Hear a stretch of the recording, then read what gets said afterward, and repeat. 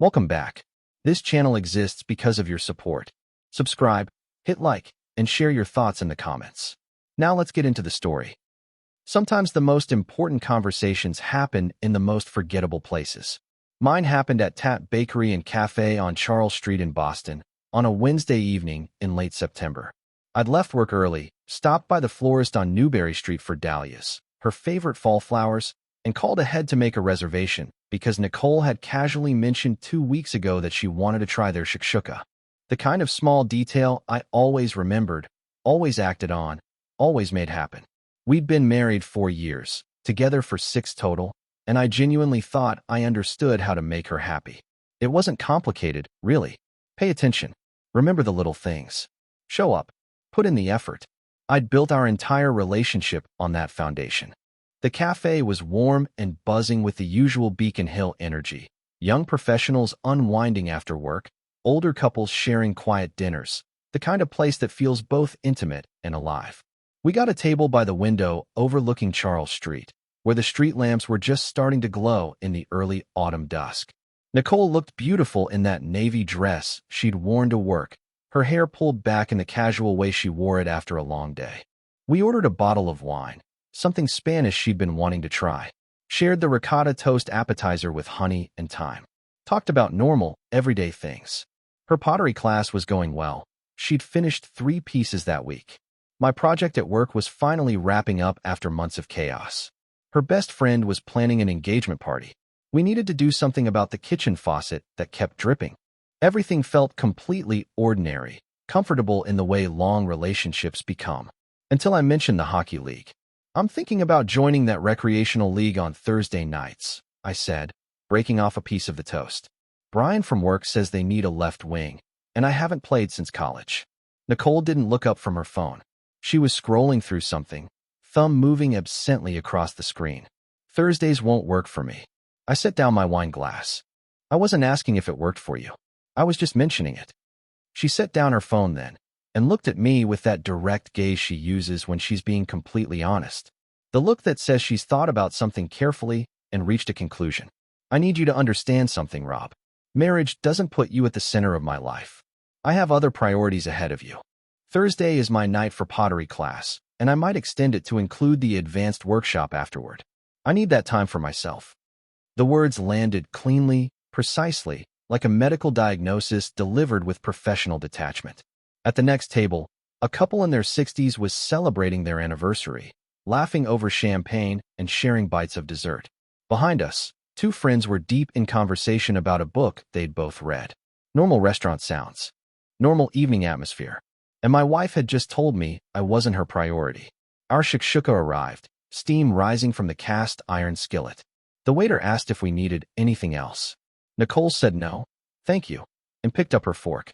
She took a bite, made a small satisfied sound, and continued eating like she'd just commented on the weather rather than fundamentally redefining our marriage. "That's your choice," I said quietly, mechanically taking a bite of food I could barely taste.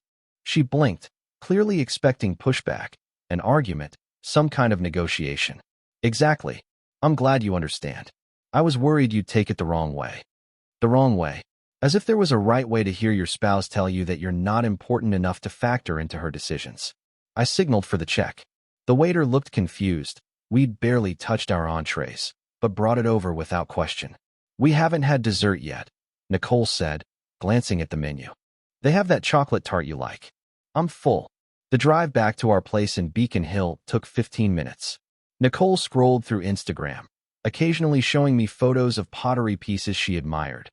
Bowls with interesting glazes, vases with unusual shapes. She seemed genuinely relaxed, relieved even, that I'd taken her declaration so well, that I hadn't made it into a thing, hadn't created drama or demanded explanations. I kept my eyes on the road, navigating the familiar streets while my mind worked through what had just happened. This wasn't new information, not really. I'd felt it building for months, maybe longer. The way she'd casually mentioned she'd planned a girls' weekend to Cape Cod the same weekend as my college friend's bachelor party. How I'd called my buddy and apologized, said something came up, listened to the disappointment in his voice. The fishing trip with my dad I'd canceled because Nicole needed me home for the dinner party she'd organized, Not she'd organized, and informed me about 3 days before. My own birthday a few weeks ago, when I'd wanted to have a quiet dinner with a few friends, and she'd said, "Oh, but I have that conference in New York that weekend, remember?" I hadn't remembered because she'd never asked if that weekend worked. She'd just booked it. So I'd celebrated my 34th birthday alone, ordering takeout, and watching a Red Sox game by myself. None of it had been malicious. Nicole wasn't cruel. She was just self-focused, operating under the assumption that her priorities were our priorities, that my flexibility was infinite, that my own wants and needs were somehow less pressing than hers. When we got back to our brownstone apartment, she went straight into her nighttime routine.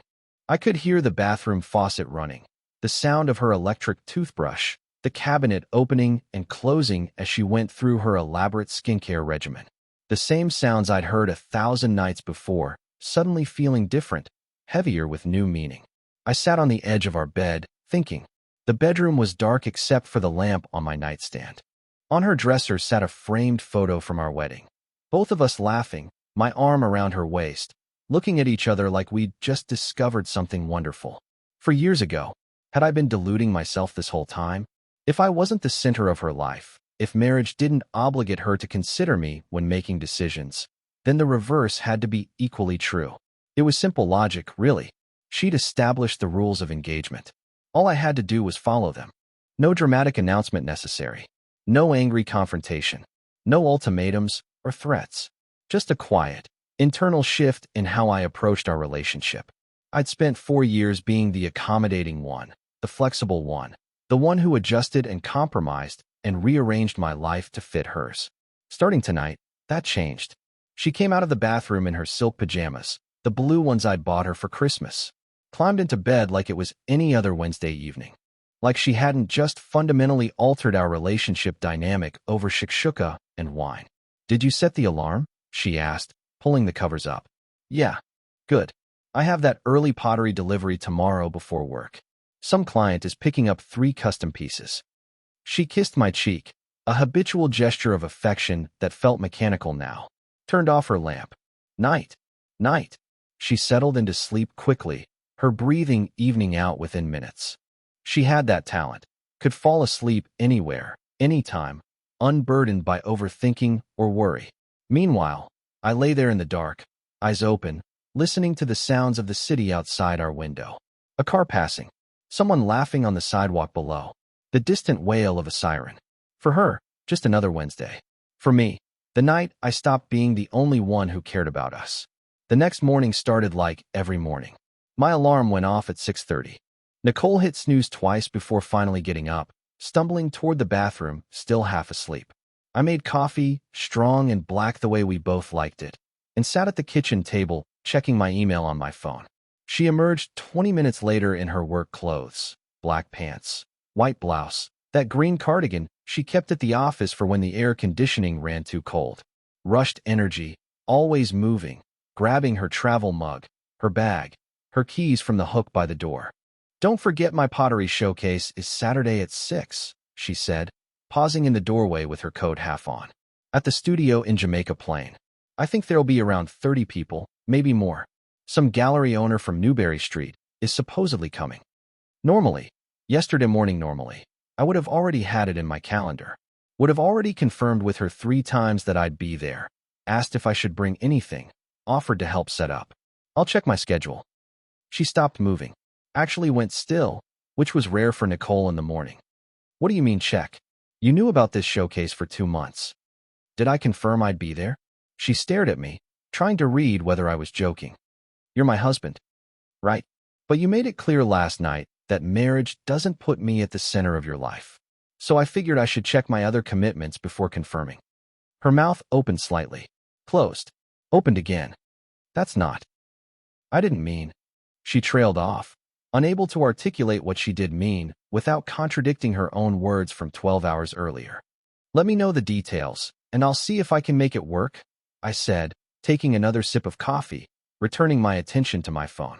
"Fine, whatever." She left, the door closing with more force than necessary, but not quite a slam. I sat there for another 10 minutes, finishing my coffee in the quiet apartment, before getting ready for work. Something had shifted. She'd felt it, even if she didn't yet understand what it meant. Thursday passed quietly. We texted about mundane things, picking up milk, paying a utility bill. Surface-level exchanges that avoided the elephant now living in our marriage. That night, she had pottery class. I stayed home, ordered Thai food, watched the Bruins game. 2 people, 1 apartment, separate lives.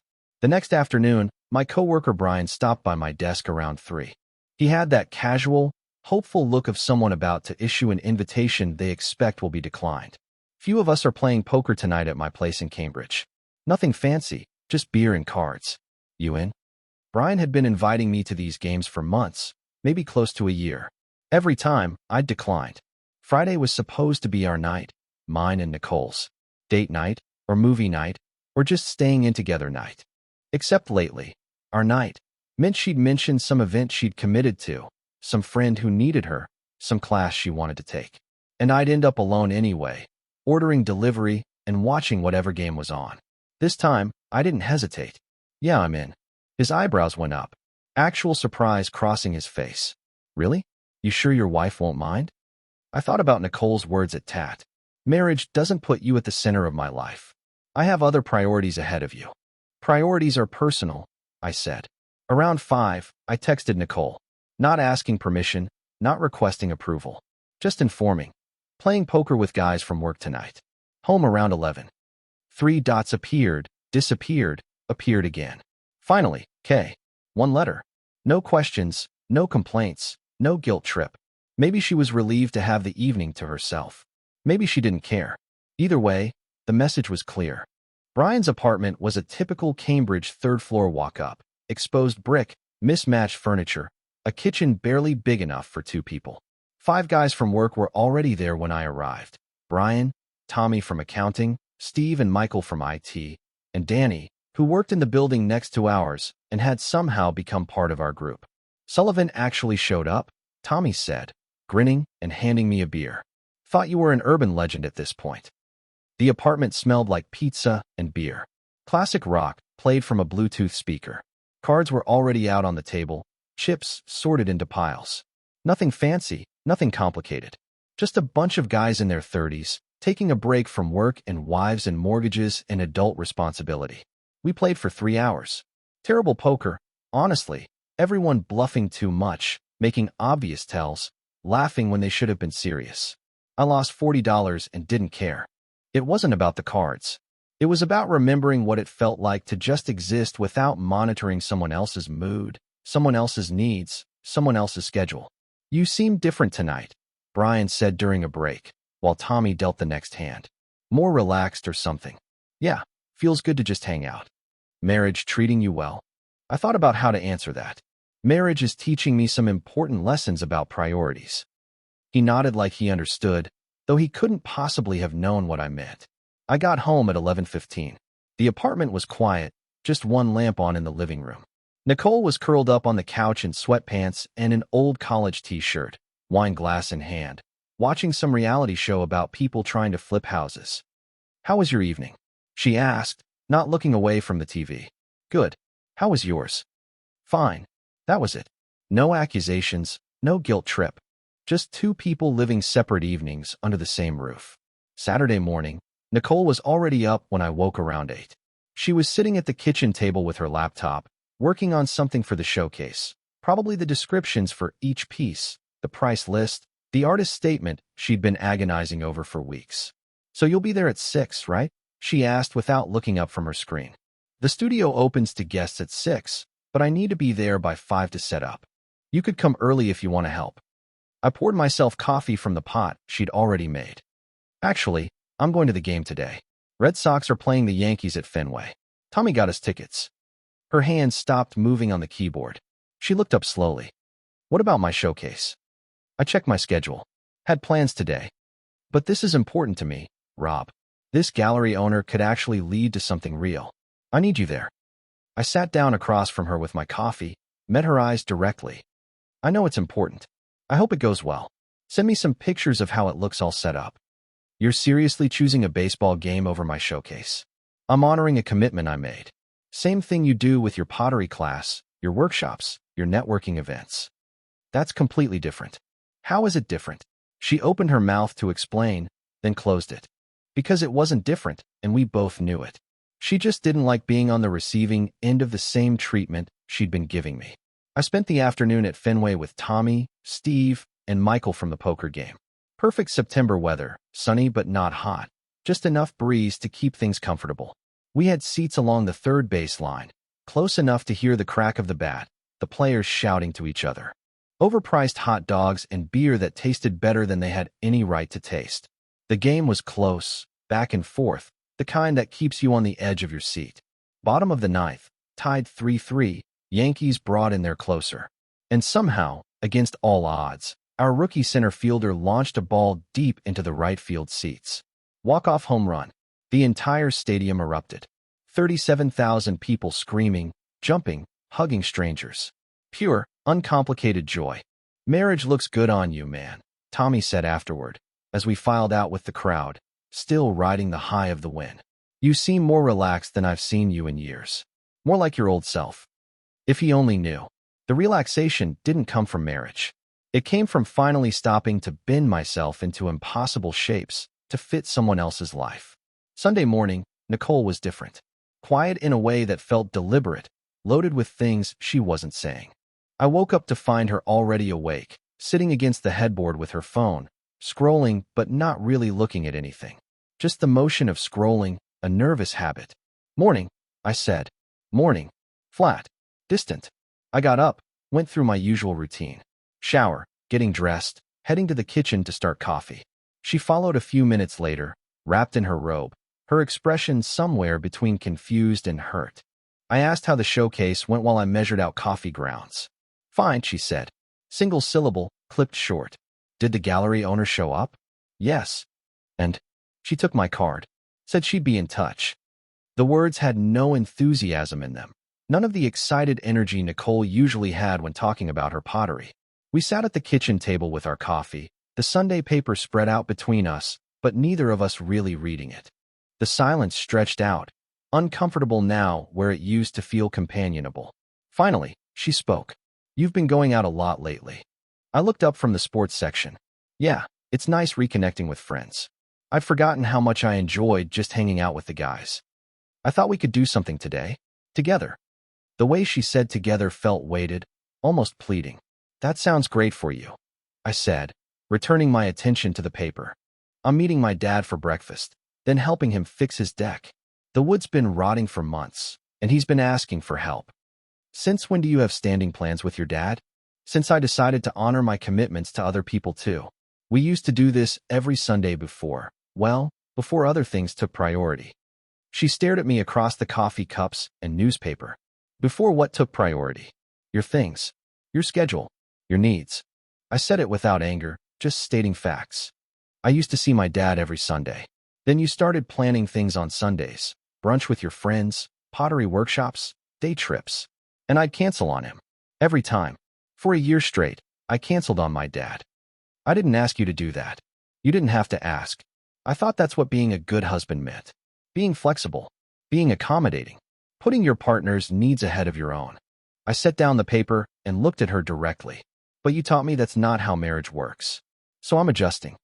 That's not what I meant, she said quietly, wrapping both hands around her coffee mug like she was cold. Then what did you mean? Silence. She had no answer that wouldn't contradict everything she'd said at Tat 4 days ago. I stood up, rinsed my mug in the sink.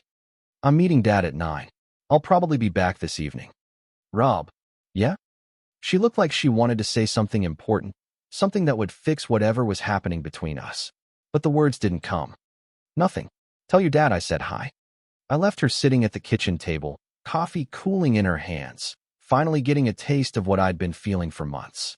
The following week, I made some bigger changes. Monday during my lunch break, I called our financial advisor and made an appointment for Wednesday afternoon. Nicole had no idea. Wednesday, I sat in his office downtown and explained what I wanted. Separate the joint investment accounts. Create an individual retirement account. Remove Nicole as beneficiary on my life insurance policy. Split it between my parents and my younger sister instead. He looked uncomfortable. Are you sure about this? Completely. If marriage doesn't make us each other's priority, we should plan our futures individually. I signed the paperwork. Everything was legal, logical, and defensible, using her own philosophy. Thursday evening, the mail arrived while I was making dinner. Salmon, roasted vegetables, nothing fancy. Nicole walked in from work and saw the envelope from our investment firm. She opened it at the kitchen counter, read for several minutes in silence. What is this? I didn't look up from cutting vegetables. Account restructuring. You moved half our retirement savings to an individual account. My retirement savings to my individual account, I corrected, still focused on the cutting board. But we're married. We make these decisions together. I finally looked at her. According to you, marriage doesn't make us each other's priority. So I figured we should plan our futures individually too. That's not what I meant. What did you mean then? Silence. She couldn't explain without contradicting herself. I returned to slicing vegetables. She stood there, hands shaking slightly, staring at the financial documents that proved I'd been listening very carefully to everything she'd said. I joined the Thursday night hockey league, signed up for weekend woodworking classes that conflicted with her Saturday morning farmer's market routine, booked a fishing trip with my dad for Columbus Day weekend, the same weekend Nicole had wanted to visit her sister in New York. When she mentioned her plans now, I simply said, have fun with that. Friday of the second week, she brought up her best friend's engagement party. We need to get them a gift, she said. Something nice from both of us. You should get them whatever you think is appropriate. We're both invited. I haven't decided if I'm going yet. She looked up from her laptop. What do you mean? They're my best friends. Right, you're friends.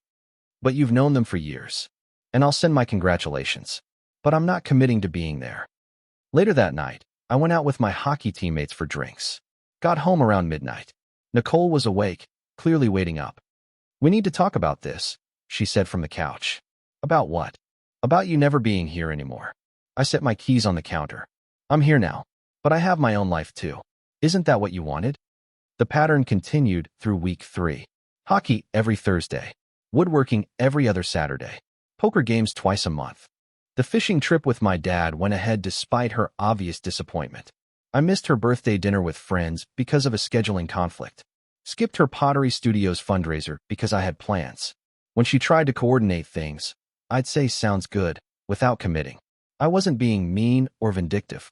I was simply treating my time the way she'd taught me time should be treated, as a personal resource to be allocated according to individual priorities. She started checking her phone constantly when I didn't text back immediately. She'd hover near the door when I was getting ready to leave, like she wanted to ask where I was going, but couldn't quite form the question. Her confidence, that easy certainty she'd had at TAT 3 weeks ago, was cracking. Tuesday night of the 4th week, I was getting dressed for dinner with my brother Connor, who was in town from San Francisco. Nicole had been watching me from the bed, laptop open, but clearly not working. Another night out? She asked, trying to sound casual. Yeah, haven't seen Connor in 6 months. What about me? I paused, shirt halfway buttoned. What about you? I'm here. We could order from Island Creek Oyster Bar, watch that documentary series we talked about. You don't need me there to enjoy your evening. But I want you there. This was new. The first time since that dinner at TAT that she'd admitted wanting my time, my presence, my attention. I finished buttoning my shirt. That's sweet. But I already made plans. Cancel them. I stopped, looked at her directly. Why would I cancel my plans? Because I'm your wife. Right? But marriage doesn't make you my priority, remember? You explained that to me pretty clearly. She flinched like I'd slapped her. That's not fair. What's not fair about it?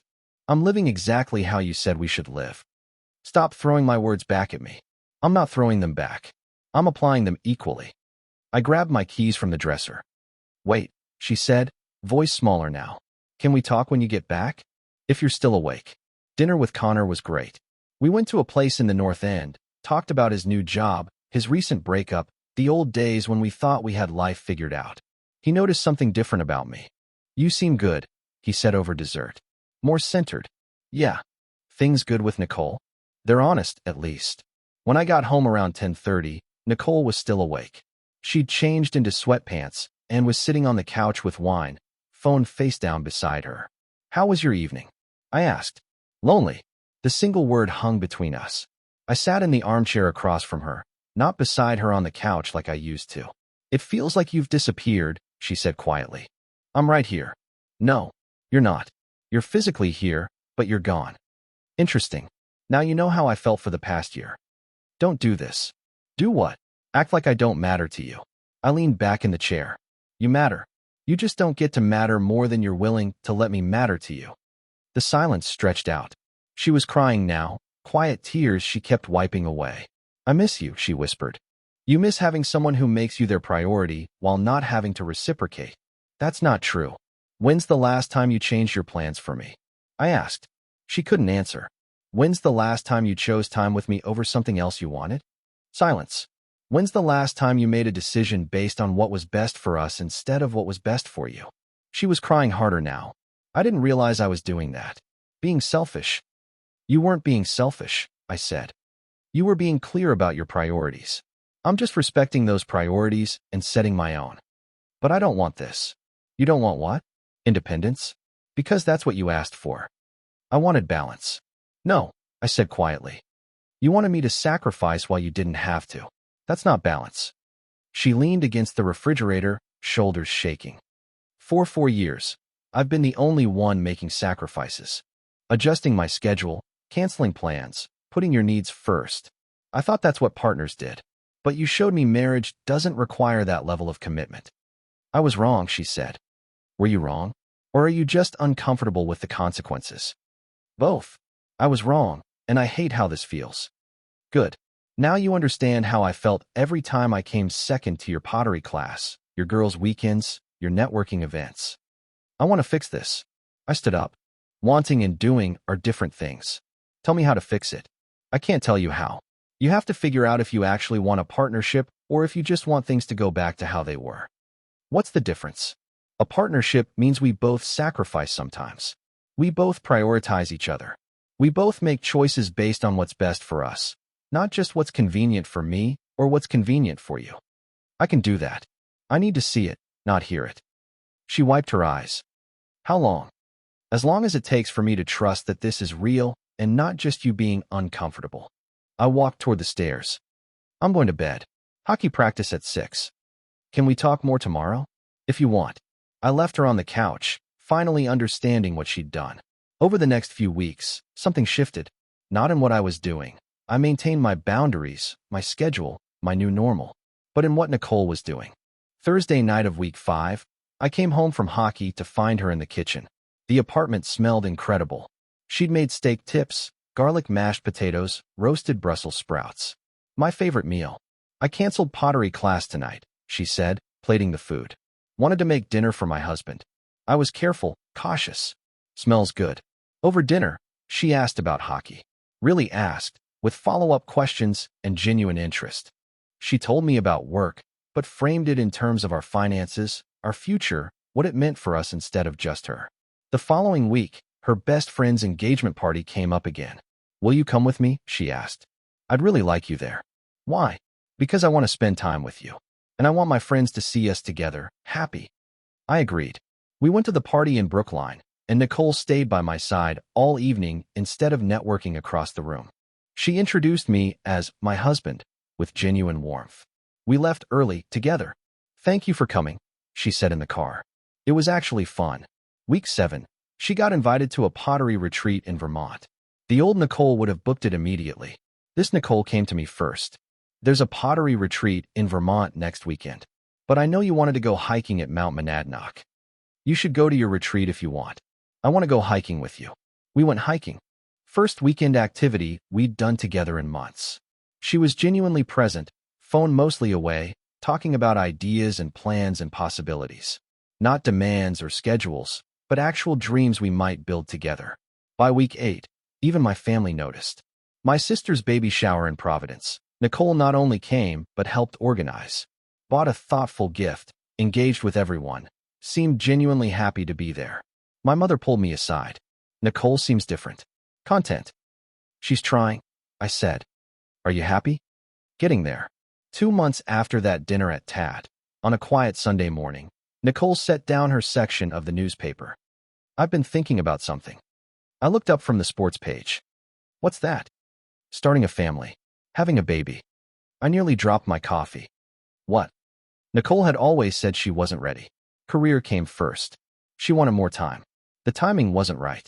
I realized I was waiting for the perfect time, she said. But the perfect time is when we're ready together. And I'm ready if you are. Why now? Because I finally understand what building a life with someone means. It means actually building it together, not just living parallel lives that occasionally intersect. We talked for hours. About children, about what kind of parents we wanted to be, about the future we might create. For the first time in our relationship, she talked about we more than I. You know you hurt me, right? I said eventually. I know. And I'm sorry. Not sorry you're upset. Sorry I was so blind to what I was doing to you, to us. How do I know this isn't just because you don't like the consequences? You don't. Not yet. But I'm going to show you. However long it takes. 6 months later, we were different people in the same marriage. Thursday nights. Sometimes I played hockey. Sometimes we had date night. Sometimes Nicole went to pottery while I did woodworking. But we discussed it. Coordinated. Made decisions together. Nicole was 3 months pregnant. We were looking at houses outside Boston, places with yards and room for a family to grow. She'd changed, not by erasing herself, but by making space for us. One evening we sat on our apartment steps watching the sunset paint Beacon Hill golden. She leaned against me, my arm around her shoulders. You know what's funny? I said. What? You got exactly what you asked for. Complete independence. You just didn't realize you didn't actually want it. She was quiet for a moment. I wanted it. I just wanted it while still having you. I wanted everything without giving anything. And now I want to give everything.